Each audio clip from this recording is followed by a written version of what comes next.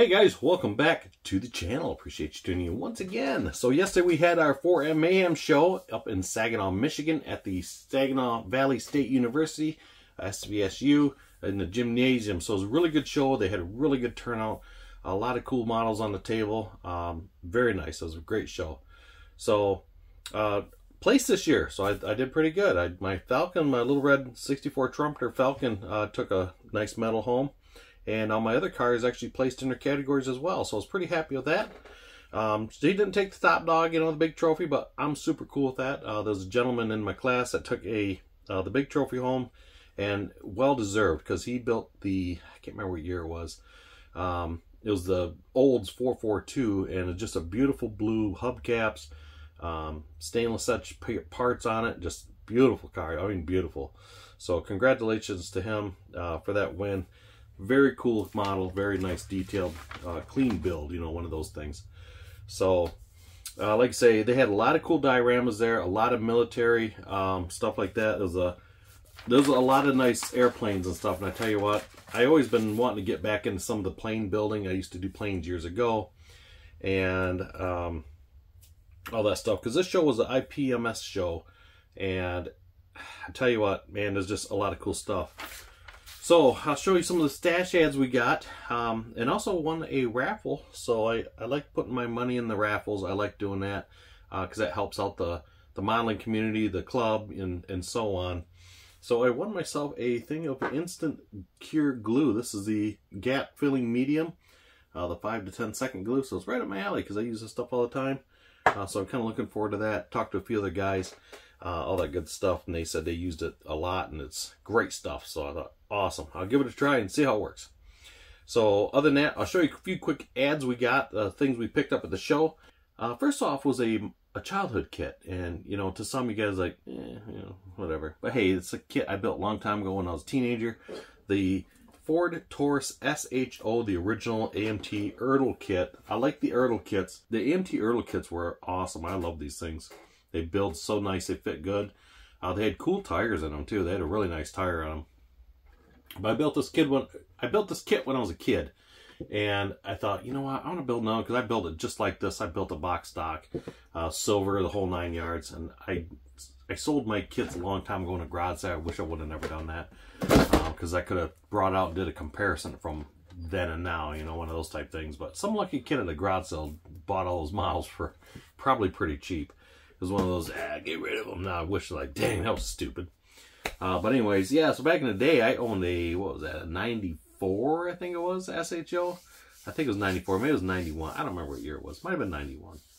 And that was the jade green with the black leather. That thing was pretty cool. The 5-speed, the handshaker in there. I think it was pretty nasty.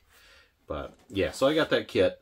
It's still sealed in plastic, and the smoking good deal on it, so I couldn't pass up, because I see it all the time. I thought, man, that was a good deal. Had to get it. Another one I got this one from my buddy Tony. This is the Prestige model kit, AMT, the 65 Pontiac Bonneville. Very cool kit. I've been wanting this kit for a bit. I've seen it at his house many times. I thought, man, I'm going to snag that for me one day. And I thought, I didn't buy anything when I was at there off his table. I thought, nope, I gotta support him. I'm going to get this because I seen he had it on there. I thought, oh, now's the time. So awesome. I always liked this body style. My aunt back in the day, my aunt and uncle, they had a 69, I believe it was, a Pontiac Ventura, 2-door, and it was bright red like this. And I know it had that same body style right here, and I always loved the looks of that car. And theirs had the white interior, the Pontiac 400. I remember cruising around it when it was kids. He bought it brand new, and it wasn't long ago they got rid of it. He kept it for all this time. But I like this car, I think, because of that, because I don't believe they made the 69 Ventura kit, which maybe they do in resin. I don't know. Maybe one day I'll find one, but... So that's this one's going to probably be bright red with the white, just like their car was. And this is kind of the closest thing to that kit. So pick that up. Very cool. Another kit I picked up. I have never seen this. I'm sure a lot of you guys either have it or you've seen it, but I have not seen it. And I thought, this is super cool. Had a pretty good price on it. This is a reissue from round 2. It must be an early reissue. MPC, the Bad Company 1982 Dodge van. Oh, yeah. Look at that bad boy. I know, take it in, that's right. So I thought, very cool. I had some really cool decals on it, and I thought, that is sweet looking. It's old school MPC, so she's got that rough and tough chrome plastic in it and all that good stuff. And you can even open the top up on that thing and make a custom interior. It comes with all the interior. Just a really neat looking builder. Most of it's in the plastic. Like I say, it has to be an older round 2, like round when they first redid round 2, because the plastic's starting to yellow a little bit, and all that stuff. But the decals were still in the bag. They were open, but in the plastic, so I opened them up. Man, the decals were nice, so I thought perfect.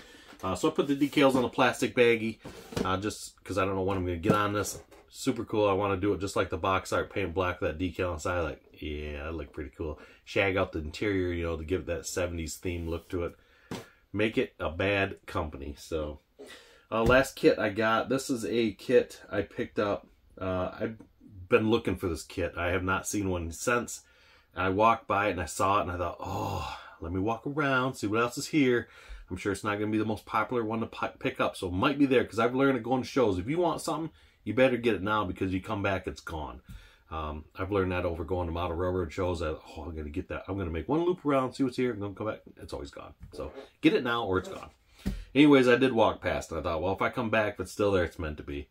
And my dad, back in the day, he was in the Air Force. He was an AP, like an air patrol. So he walked around and guarded the airplanes on the tarmac.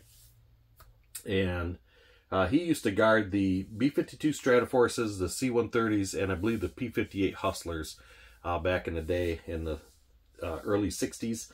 And he built this model a long time ago, and it fell from our ceiling. And I saw this kit, and I thought I had to have it. So this is the original monogram from the mid-80s.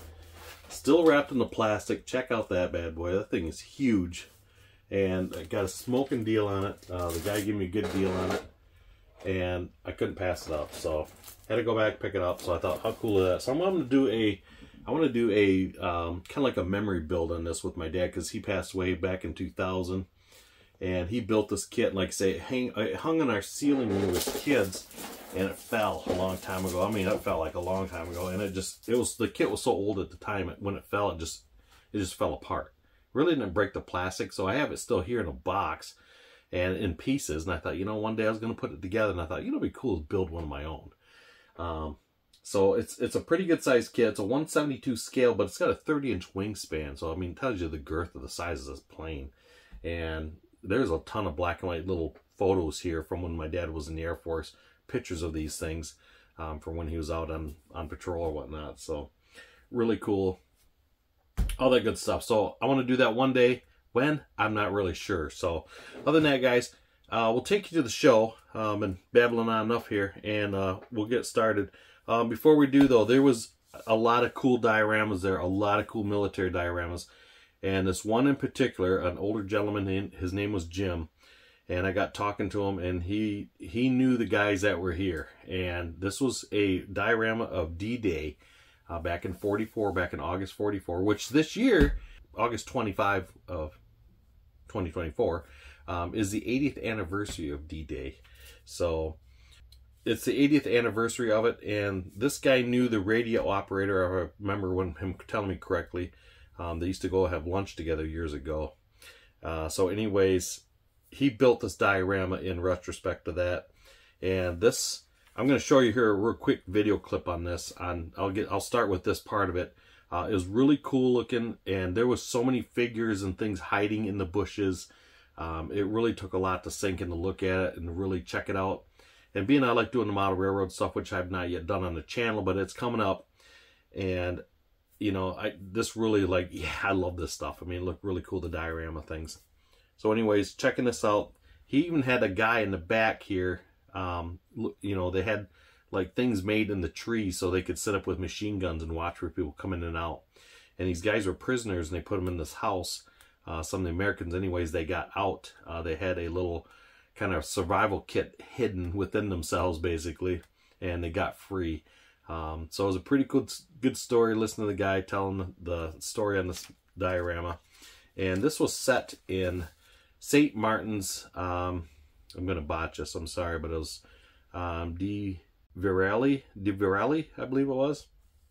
It was a city in Normandy in 1944. I believe the city's something changed different now. It's a different name now. But this was really cool. yeah, so I had to go back and get the guy's name and everything because I thought, how cool is that? So I just thought I'd show you that first and go from there. But other than that, I'll get to the rest of the show here, and got ourselves a mugshot of all the guys hanging out. There's a lot of modelers here from Tony, the guys from Detroit were there. Just really cool. So it's cool chatting with everybody. Tony Lancer wasn't in the picture. He was too busy selling model kits, which he did very well this time around for his first time selling. So he did actually really good. He sold pretty much cleaned this table out. So good for you, Tony. You know, that was awesome. But other than that, take you to the show and let's check out the rest of it.